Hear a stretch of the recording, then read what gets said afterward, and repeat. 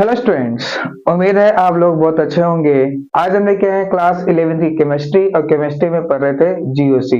GOC का आज lecture number 4 और आज हम बात करेंगे एसिडिक और बेसिक स्ट्रेंथ के ऊपर। ठीक है ठीक है, चलिए स्टार्ट करते हैं आज का टॉपिक जिसका नाम है acidic strength. Acidic strength, acidic strength के क्वेश्चन पेपर में आते हैं आप लोग के, है ना। एसिडिक स्ट्रेंथ का कंपैरिजन करो, तो आज उसी टॉपिक को हम कवर करने वाले हैं। एसिडिक स्ट्रेंथ, सबसे पहले बात की एसिड्स क्या होते हैं। एसिड्स क्या होते हैं? ऐसे सब्सटेंस जो H प्लस को डोनेट करते हैं वो क्या बोलते हैं? एसिड्स बोलते हैं। क्या बोलते हैं? एसिड्स। तो सबसे पहला point, the substances which donate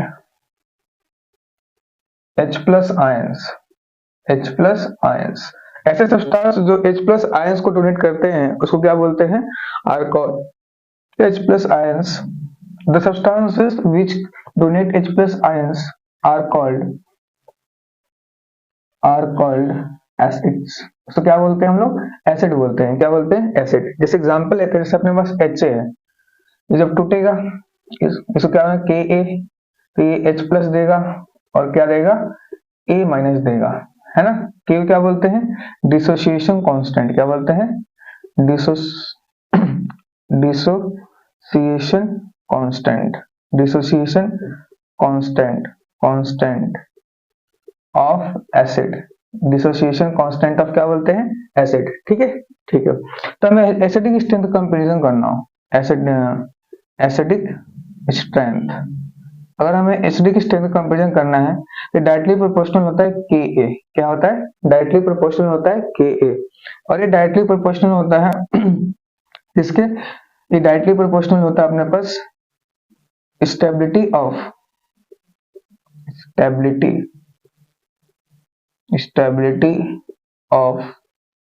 conjugate base. क्या? कॉन्जुगेट बेस, इसको क्या बोलोगे आप? कॉन्जुगेट बेस, है ना। ये सब आपने इक्विलिब्रियम में पढ़ रखा होगा, इक्विलिब्रियम मैंने आप सबको पढ़ाया था, है ना। बिल्कुल ठीक है ठीक है। तो acidic strength directly proportional to Ka होता है और डायरेक्टली प्रोपोर्शनल टू क्या होता है? Stability of conjugate base. और याद करो, आपने सीखा था एनायन, ये एनायन है ना। एनायन की स्टेबिलिटी पिछली क्लास में सिखाया था मैंने आपको, प्लस आई और माइनस आई में, है ना। तो एनायन की स्टेबिलिटी क्या होती है? एनायन की stability directly proportional to minus I effect और inversely proportional to plus I effect.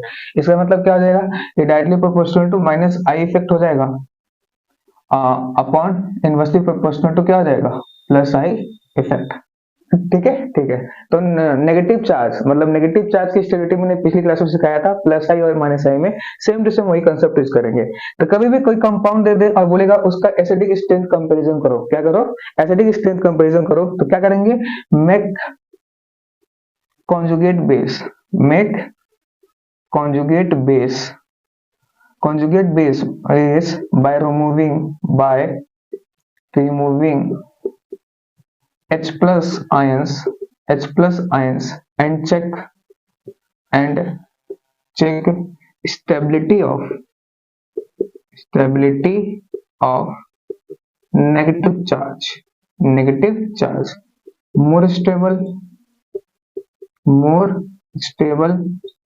negative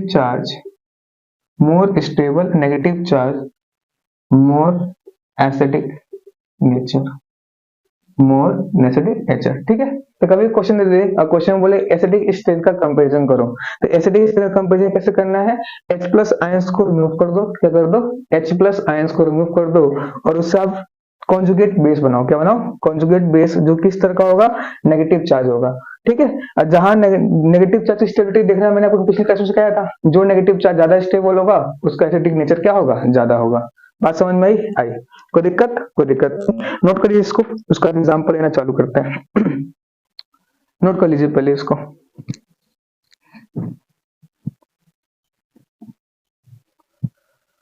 कर लिया नोट? कर लिया? जैसे मान लीजिए अब क्वेश्चंस लेते हैं। Compare acidic strength, find order of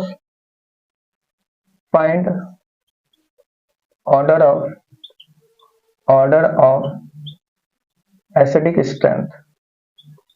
acidic strength का ऑर्डर बताना है। ठीक है। सबसे पहला सवाल लेते हैं अपने पास, CF3 और COOH,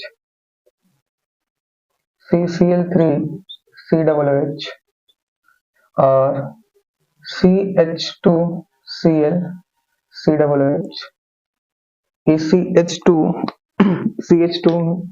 CH2 और ये आ गया आपके पास CHCl2 है, ये CHCl2 है और अपने पास CH2Cl COOH।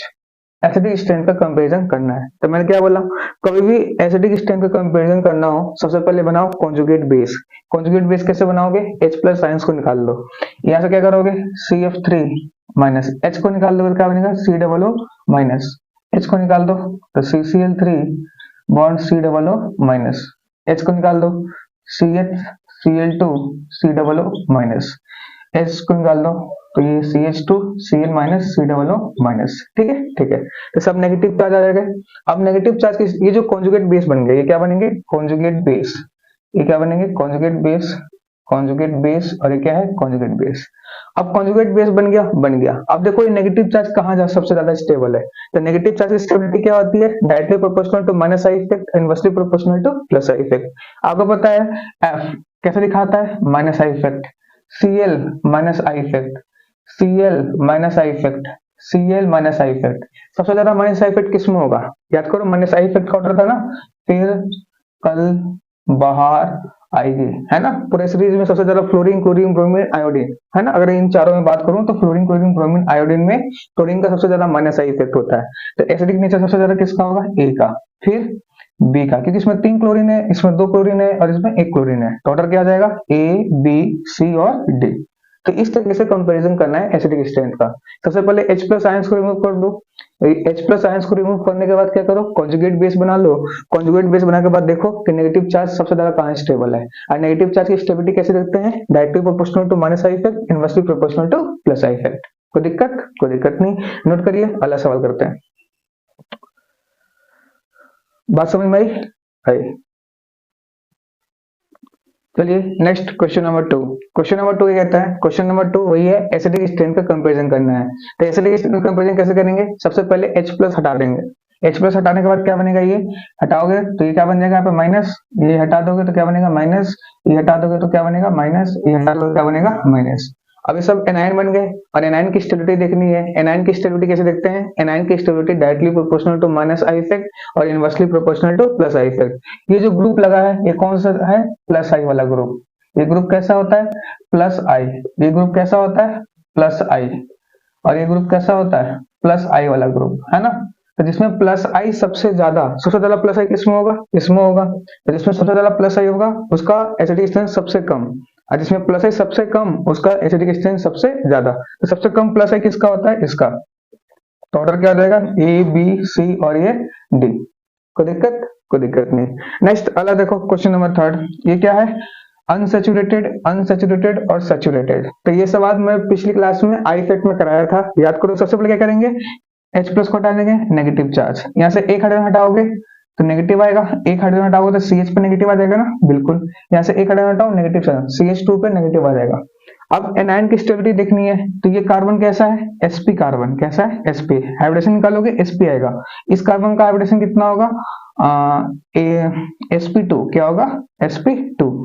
ये डबल बॉन्ड नहीं है, सिंगल बॉन्ड ही है। और इस कार्बन की स्टेबिलिटी sp3 कितनी आएगी, sp3, है ना, बिल्कुल सही। और याद करो sp कार्बन, इसमें sp कार्बन में परसेंटेज ऑफ इस करेक्टर ज्यादा होता है, परसेंटेज ऑफ इस करेक्टर ज्यादा होता है, मतलब इसका En क्या होगा, सबसे ज्यादा, और इसका En कम और इसका En कम। तो sp कार्बन पे नेगेटिव चार्ज ज्यादा स्टेबल होता है, फिर sp2, फिर sp3 पे।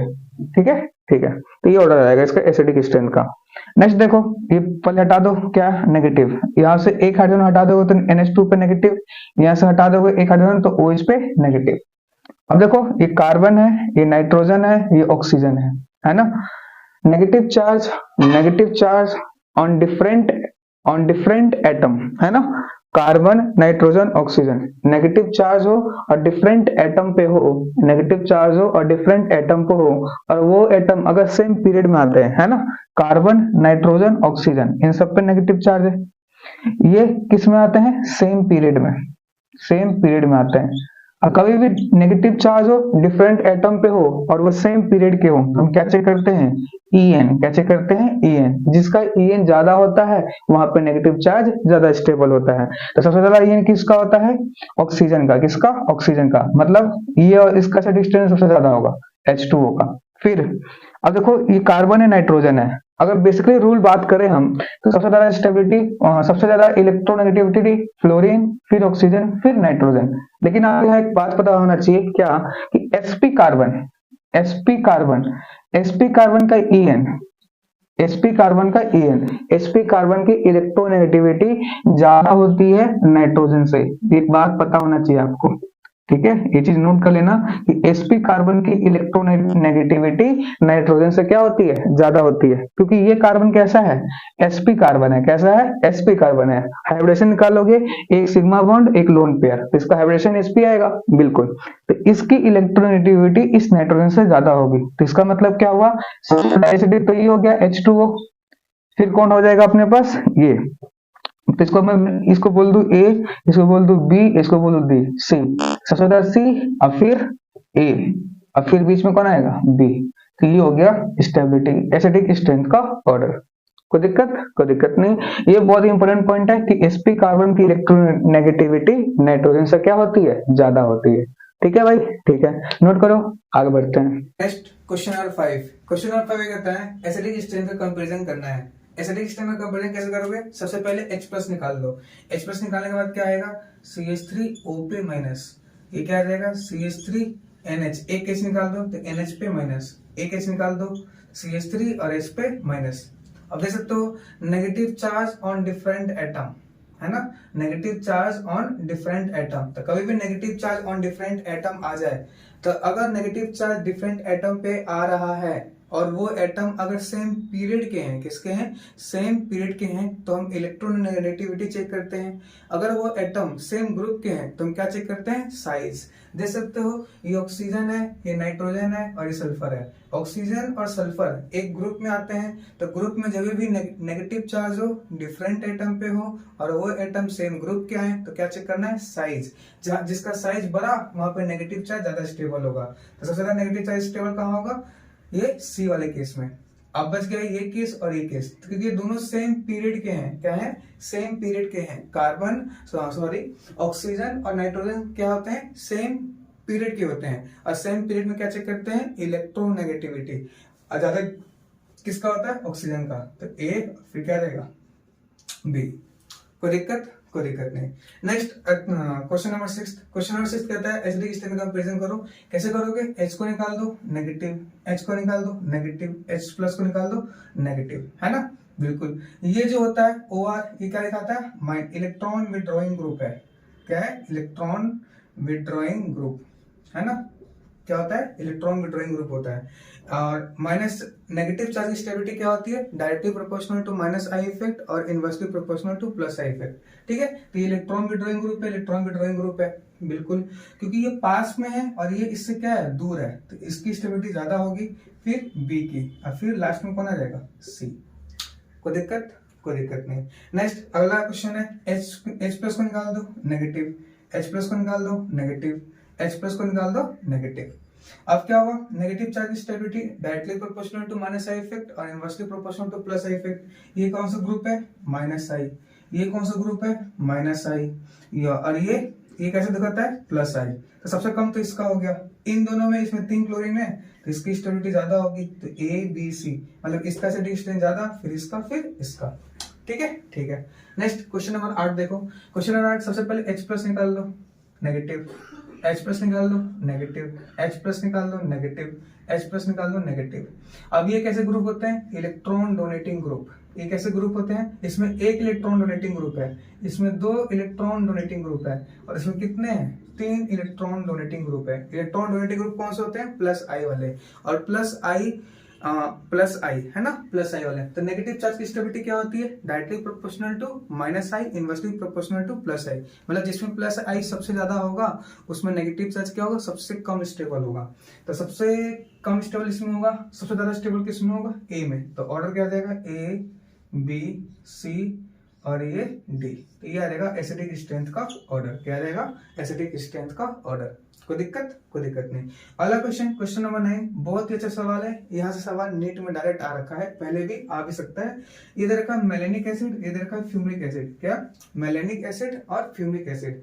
सबसे पहले बात करूंगा Ka का। Ka मतलब Ka1 मतलब एक हाइड्रोजन निकाल दो। जब आप एक हाइड्रोजन निकालोगे तो क्या हो जाएगा, ये आपको क्या बनेगा ये बनेगा आपका दिस टाइप O पे माइनस, और ये और डबल बॉन्ड O और ये OH, है ना, बिल्कुल। और इसमें क्या होती है, H बॉन्डिंग। क्या होती है? H बॉन्डिंग, है ना। H बॉन्डिंग क्या हो जाएगा इसमें? H bonding. फिर से एक और हाइड्रोजन है तो एक और हाइड्रोजन निकाल दो, तो K1 क्या बनेगा, ये ऑक्सीजन लगा हुआ है, ऑक्सीजन। और ये O पे नेगेटिव डबल बॉन्ड, और ये O पे नेगेटिव और ये डबल बॉन्ड। कोई दिक्कत नहीं। तो इसको क्या बोलेंगे? Ka2। क्या बोलेंगे? Ka2। उसी तरह इसमें बात करूं Ka1 की, तो Ka1 क्या हो जाएगा, एक हाइड्रोजन निकाल दो तो डबल बॉन्ड हो, फिर O पे क्या जाएगा नेगेटिव, फिर डबल बॉन्ड और ये डबल बॉन्ड हो, फिर OH, फिर एक और हाइड्रोजन निकाल दो तो क्या बोलेंगे इसको? Ka2। तो ये क्या जाएगा, डबल बॉन्ड O, ये O पे नेगेटिव और डबल बॉन्ड, फिर डबल बॉन्ड O, फिर O पे नेगेटिव। ठीक है। अगर हम Ka1 और Ka2 की बात करें तो देखो, पहले वाले केस में Ka1 और Ka1 की कंपैरिजन करते हैं। K1 लेते हैं मेलेनिक एसिड की, Ka1 लेते हैं फ्यूमिक एसिड की। तो Ka1 की बात करें तो Ka1 की, इसको अगर मान लो A, इसको मान लो B, तो A की स्टेबिलिटी ज्यादा होगी B से। क्यों? क्योंकि इसमें H बॉन्डिंग हो रहा है। H बॉन्डिंग मतलब अट्रैक्शन तो स्टेबिलिटी, इसमें कोई H बॉन्डिंग नहीं हो रहा है।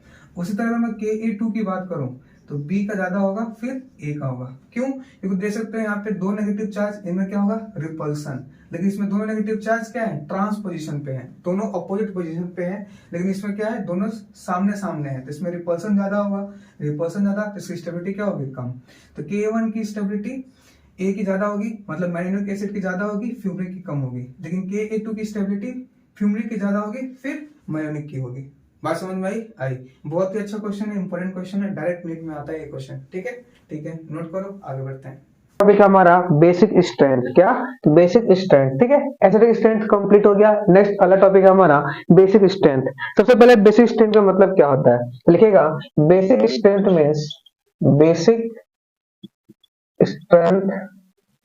means the tendency to donate of lone pair to H plus. ठीक है, बेसिक स्ट्रेंथ क्या होता है, टेंडेंसी, किसकी टेंडेंसी, लोन पेयर डोनेट करने की टेंडेंसी।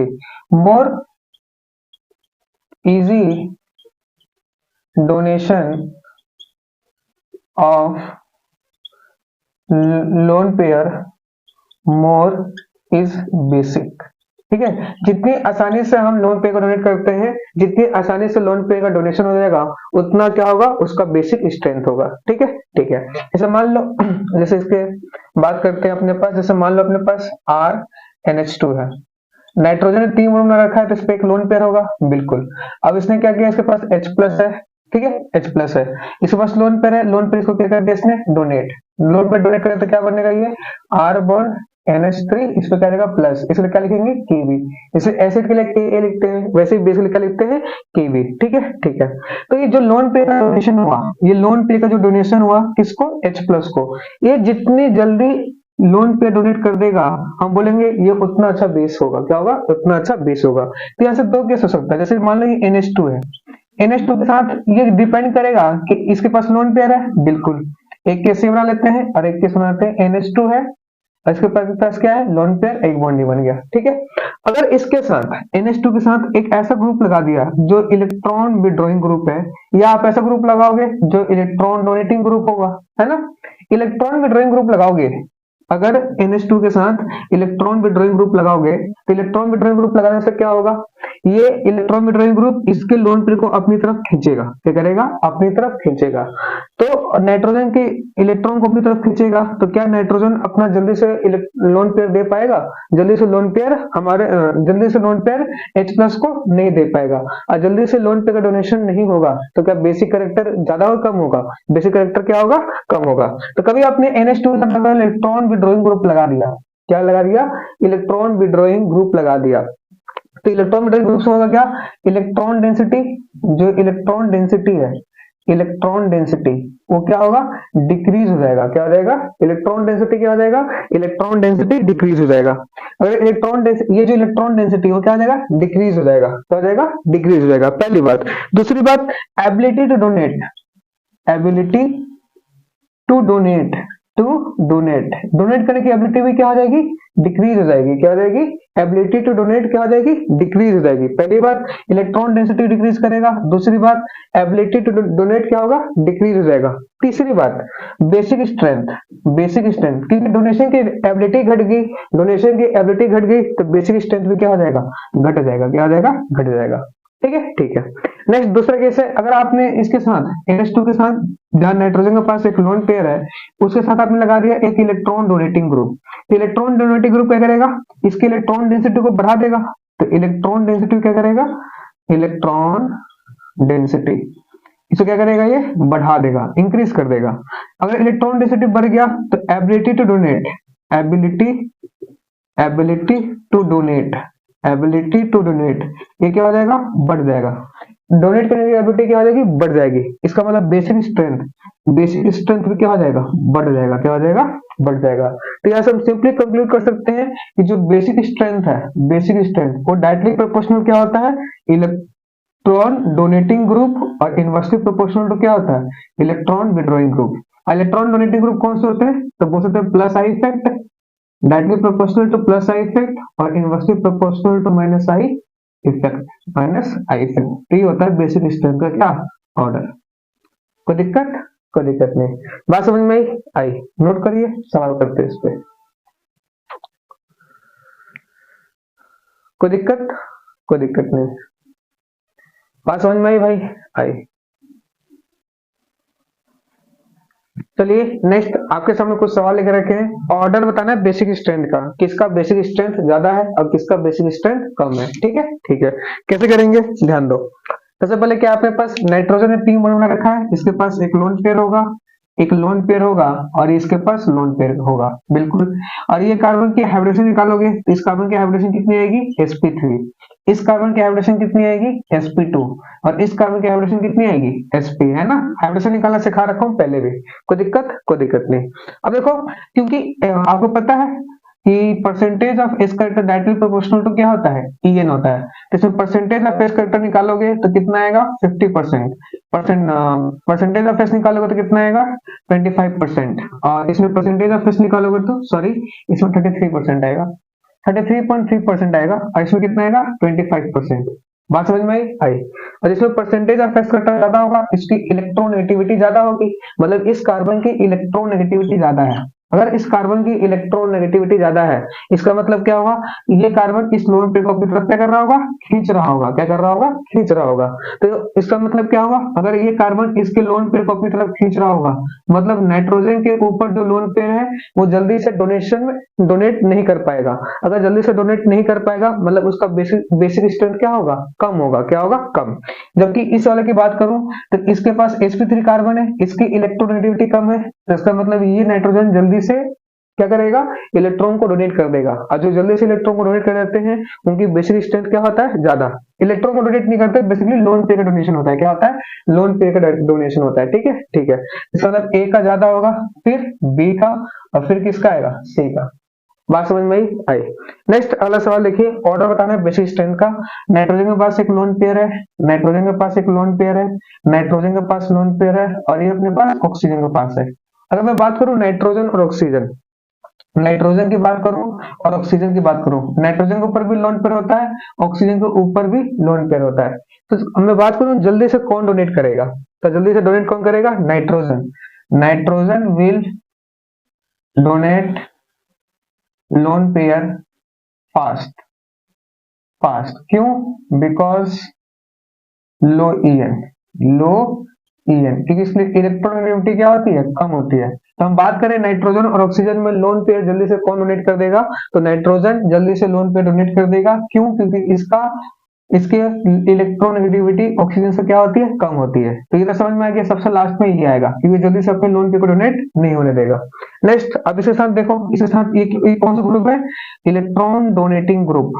इसमें भी इलेक्ट्रॉन डोनेटिंग ग्रुप, ये इलेक्ट्रॉन डोनेटिंग ग्रुप ज्यादा किसमें है? इसमें इलेक्ट्रॉन डोनेटिंग ग्रुप ज्यादा है। और electron donating group directly proportional क्या होता है? बेसिक स्ट्रेंथ, है ना? बिल्कुल। तो ए का ज्यादा होगा, फिर बी का हो जाएगा, फिर सी का हो जाएगा, और लास्ट में कौन आ जाएगा? डी। बात समझ में आई? कोई दिक्कत? कोई दिक्कत नहीं।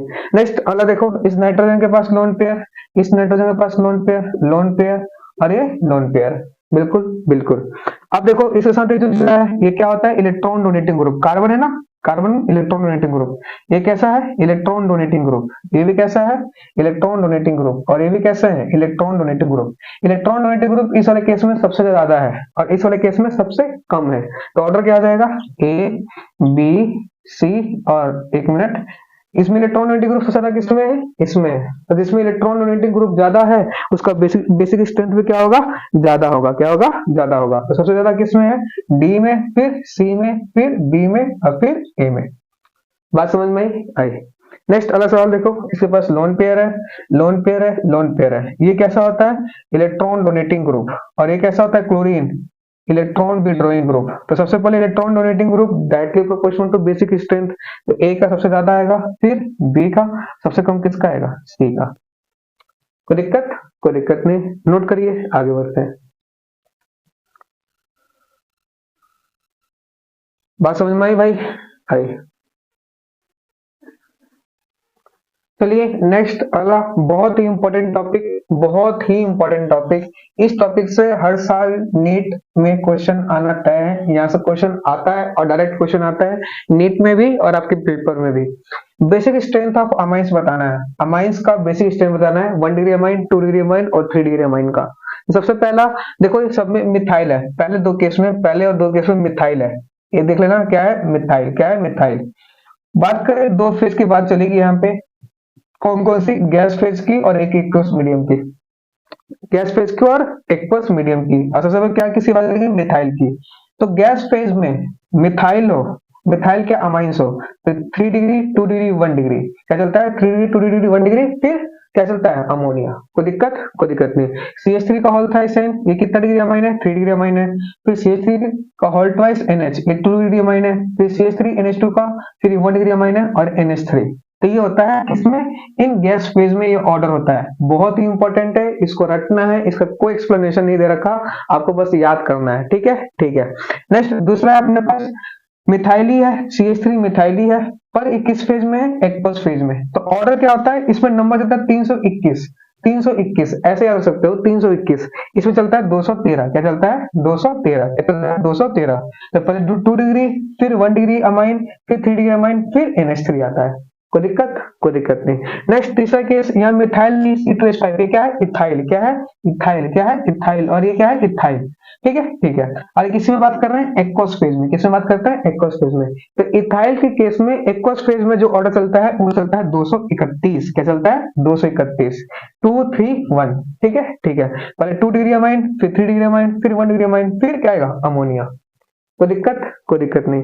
अगर कुछ भी नहीं दे रखा, if nothing is mentioned then consider aqueous phase. आपको क्या लेके चलना है? एक्वस फेज लेके चलना है। हालांकि जब भी क्वेश्चन आता है वो पेपर में मेंशन करके देगा कि ये एक्वस फेज में बताओ, गैस फेज में बताओ। अगर कुछ नहीं बता रखा तो आप क्या मांगे चलोगे? जो अपना आंसर दोगे वो किस फेज में दोगे? एक्वस फेज में दोगे। बात समझ में आई? बहुत ही इंपॉर्टेंट है, इसको नोट कर लो। ठीक है? ठीक है। कोई दिक्कत? कोई दिक्कत नहीं। तो चलिए आज के वीडियो को ये समाप्त करते हैं। आज हमने एसिडिक और बेसिक स्ट्रेंथ कंप्लीट कर लिया। अगर वीडियो पसंद आए तो लाइक करो, शेयर करो, सब्सक्राइब करो। Thank you. मिलते हैं नेक्स्ट वीडियो में।